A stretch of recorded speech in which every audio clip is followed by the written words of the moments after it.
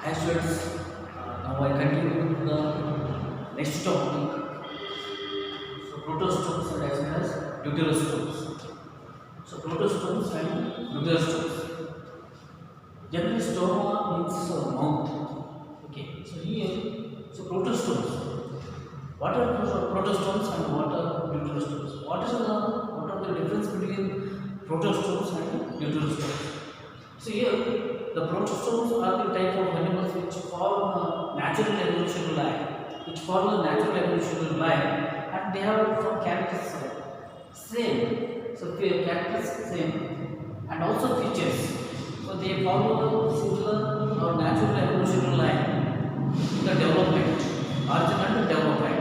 Hence, they have some similarities and features in the embryonic condition during the embryonic development. So called as protostomes. So protostomes are they form the natural evolutionary line and they have common features and similarities in the embryonic development. Examples the flatworms, annelids, arthropods and as well as molluscs. So these belong to this group the protostomes. Protostomes. So they form natural evolutionary line and have common features and as well as similarity in the embryonic development. So during their embryonic development, they have some similarities. So that's why they are called the protostomes. So primitive incarnation. Next, we coming to the deuterostomes. What are deuterostomes? So deuterostomes are the group of phyla. This includes number of phyla, and they have similarities in the embryonic development. So protostomes they follow one particular embryonic development, natural evolutionary embryonic development. So here also group of phyla which follow similarity in embryonic development. So this form a natural evolutionary line. So deuterostomes follow the natural evolutionary line of one particular type. Okay, the embryonic development. So these include Cretaneantha, echinoderms, protochordates as well as hairochordates. So this includes protochordates as well as hairochordates this deuterostome. So this is mainly difference in the embryonic development, similarity in the embryonic development. So protostomes they follow one particular type of evolutionary line, and this follow one particular evolutionary line in the development. So that is the difference between the protostomes as well as deuterostomes.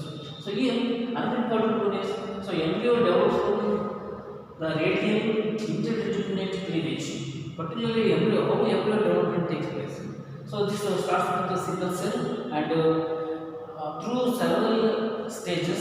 So this attains the what we call the embryo. So during the embryo development, so particularly through the cleavage.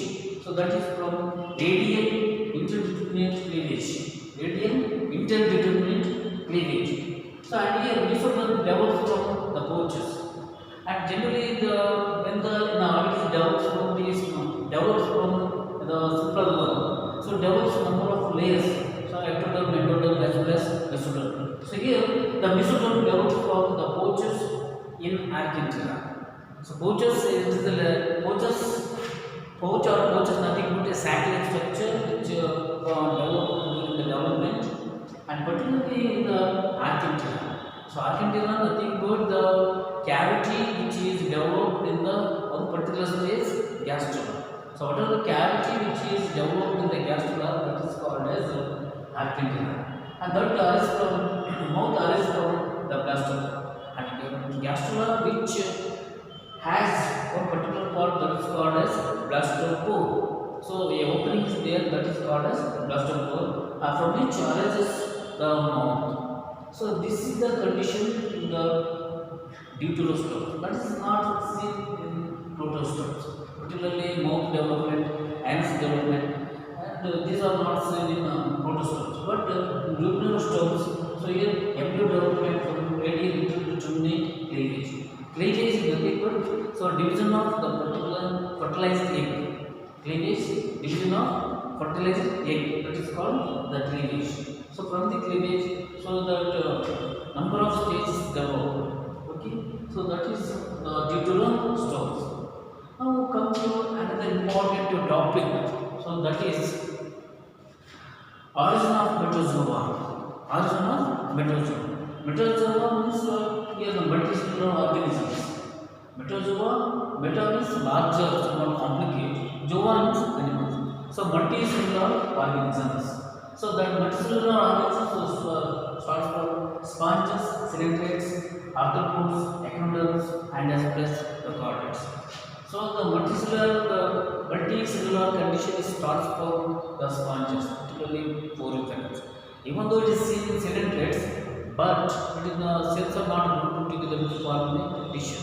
Only after poriferates, so the tissue formation is seen. So here this includes sponges, coelacanths, arthropods, echinoderms, and as well as the chordates.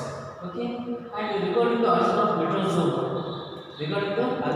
it is the question of all human beings, all people, that how the metazoans originated. Metazoans means multicellular organisms, and we know two types of life forms mainly. So unicellular or single celled organisms and multicellular organisms.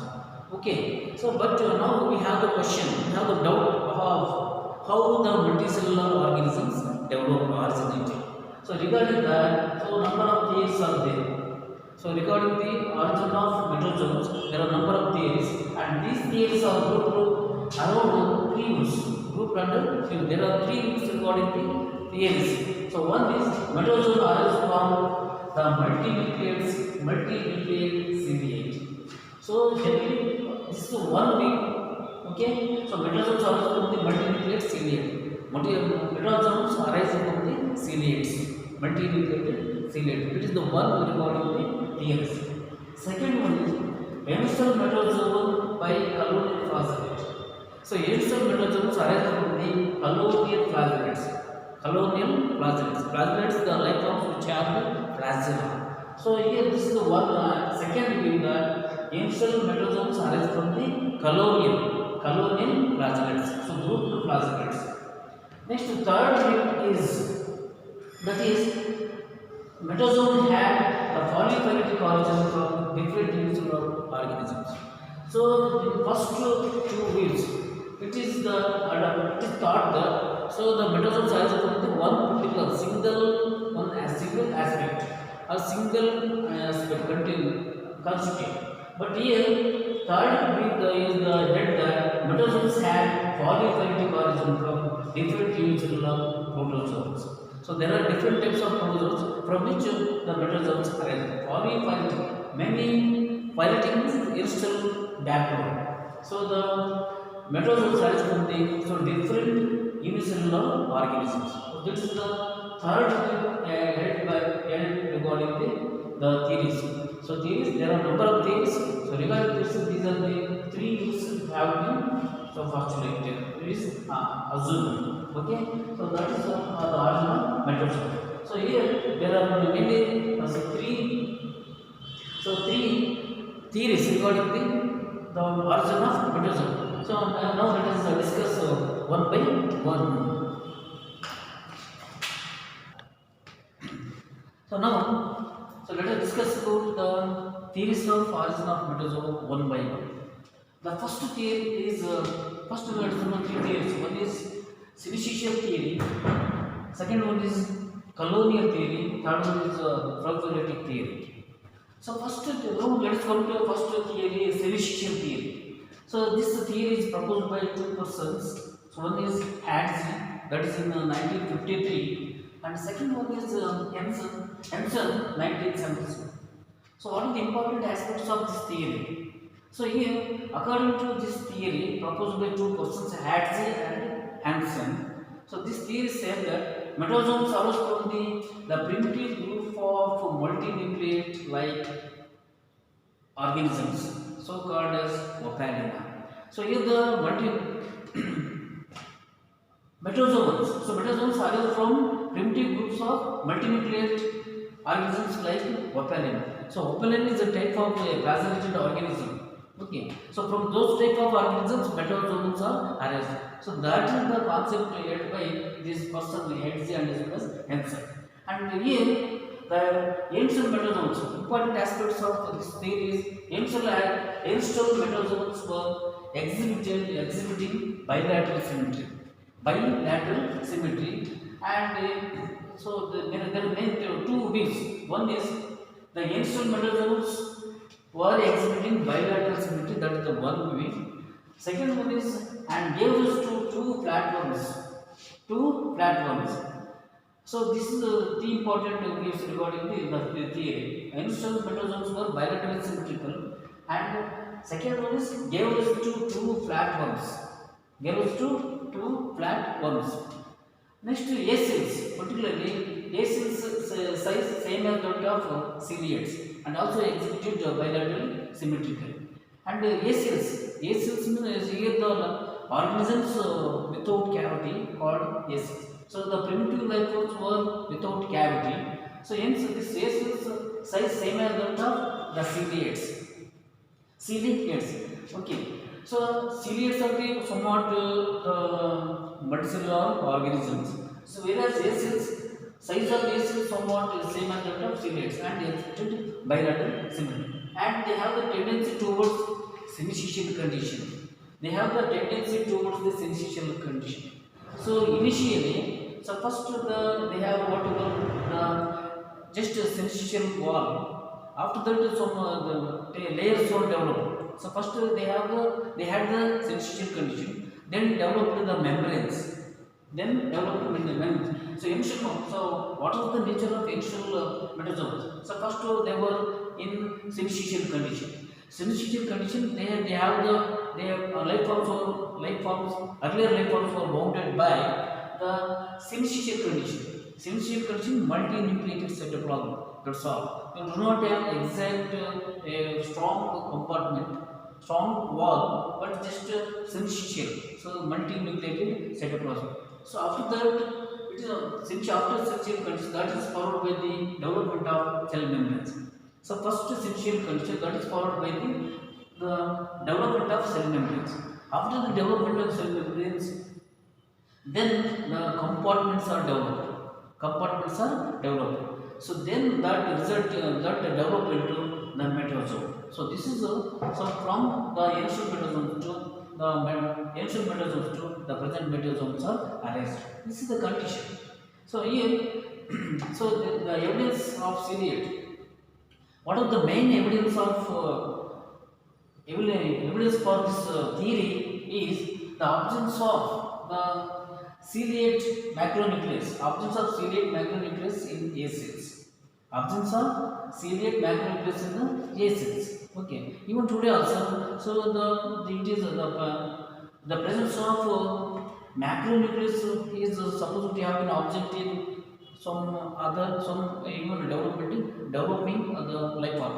So that is totally absence of ciliate macronucleus in the A cells. In A cells, so the ciliate macronucleus. So ciliate macronucleus is absent. So that is the one important aspect that supports that is the evidence in support of the what you call the first theory.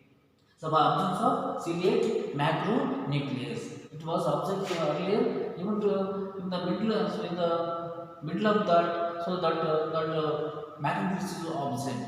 That is the one important evidence in support of this theory. So this is the syncytial theory. So what is the main assumption is the metazoans arose from the primitive groups of multinucleate. Primitive group of multinucleate like the present Opalina. So present Opalina. So all the metazoans are arisen from the Opalina-like life forms. That was the main assumption regarding the theory. Then coming to the second theory, so that is the colonial theory. So that theory is proposed by again two to three persons. So Haeckel in 1874 and modified by Shinnikov in 1887 and revised by Hyman in 1940. So first the theory proposed by Haeckel and modified by Shinnikov and revised by Hyman in 1940. And what the theory means, theory maintains. The theory maintains that the flagellates are the ancestors of metazoans. Flagellates are the ancestors of metazoans. Flagellates means the life forms which have the flagella. So all the metazoans what you have, so they are it is thought that they are as a descended from the flagellates, developed from the flagellates. That is the one thing mentioned by this theory. And the first evolved from volvox. Another the thing is, so all the metazoans arise from the volvox like life forms. Volvox, the volvox is a type of organism which developed the flagella around its body. So hence, so all the metazoans are arose from the flagellates one like volvox. And here he proposed a Gastria. He proposed a theory called Gastria theory. So according to this theory, so metazoans originated from the Blastia. According to this theory, metazoans originated from the Blastia. So Blastia is a type of spherical and hollow structure. Spherical and hollow structure, and this is developed by invagination of cells of posterior region. So developed by invagination of cell of posterior region. And this Blastia is a type of spherical hollow structure developed by invagination. Invasion is involved movement of the cells of the posterior region of the body. So that produces a two-valved Gastria. So this Blastia which developed, so two-valved Gastria means two layers, ectoderm as well as endoderm. And it has a cavity called what you call gastrocele or archenteral, we can say. So the cavity which is present in the gastrula. So this resembles the gastrula of the present life forms. And gastrula which has a cavity called gastrocele or archenteral. So that has two parts mainly. So gut and as well as mouth. So here so that includes what you call the sponges and as well as hydrozoans. So sponges as well as hydrozoans. Okay, that's in sponges as well as hydrozoans. So the main thing is, so according to this theory, all metazoans arise from the flagellates ancestors. Okay, and first evolved from the volvox, and probably a theory called Gastria. According to this theory, metazoans arise from the Blastia. So Blastia is nothing but a spherical hollow structure and developed by invagination of the cells of the posterior region of the body. Okay, and that produces two-valved Gastria. So that Gastria is somewhat resembles the gastrula stage of the present life forms. Okay, and that is two-layer, ectoderm as well as endoderm, and that comprises a cavity. So that is called gastrocele or archenteral. So that has a gut and as well as the mouth. Okay, that includes what the sponges as well as hydrozoans. So that is all about the colonial theory. So next coming to the third theory, that is prophylatic theory. So prophylatic theory first proposed by Greenberg in 1959. So Greenberg proposed a theory called prophylatic theory. So here, according to this theory, what they meant is that so all the metazoans arose from the two different types of ancestors. Not only one. So till we have assumed that according to above two theories, so all metazoans arose from a single ancestor. But according to this theory, so the metazoans arise from the two different types of ancestors. So like one is the colonial flagellates. One type of ancestor is colonial flagellates, that includes sponges and cynarids. So sponges, cynarids are the one type of colonial flagellates from which the present metazoans are arising. That is the one ancestor. Second one is ciliates. So ciliates, second one is the ancient metazoans are only the ciliated ones. So ciliated ones mainly, the life forms which possess cilia. So such life forms are called ciliates.